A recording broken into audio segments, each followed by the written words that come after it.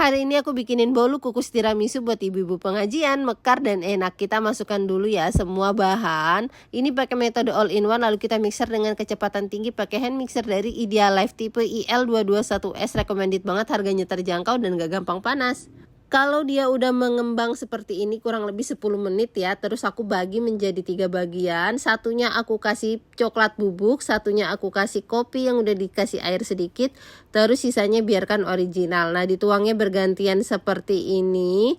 Ini namanya bolu kukus mekar tiramisu. Kalian bisa sesuaikan selera kalian masing-masing ya untuk keluar rasanya.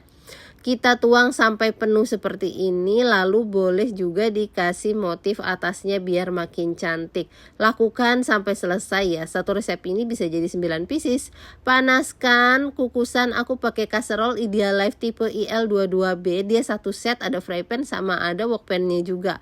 Kukus kurang lebih dengan api besar 15 menit sampai 20 menit. Kalau dia sudah mengembang, saatnya kita angkat. Jadi deh bolu kukus tiramisunya. Ini super lembut, rasanya enak banget, kalian harus cobain. Bisa banget buat sajian ibu-ibu pengajian. All cookware by Idealife.